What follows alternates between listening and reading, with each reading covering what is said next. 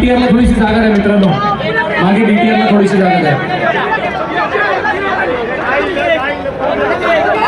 तर आपल्यासोबत मराठी मुलं छत्रपती शिवरायांबद्दल आणि छत्रपती संभाजी महाराजांबद्दल कसं काय आणि कसं कसं बोलू शकतात याचं उदाहरण मी सांगतो.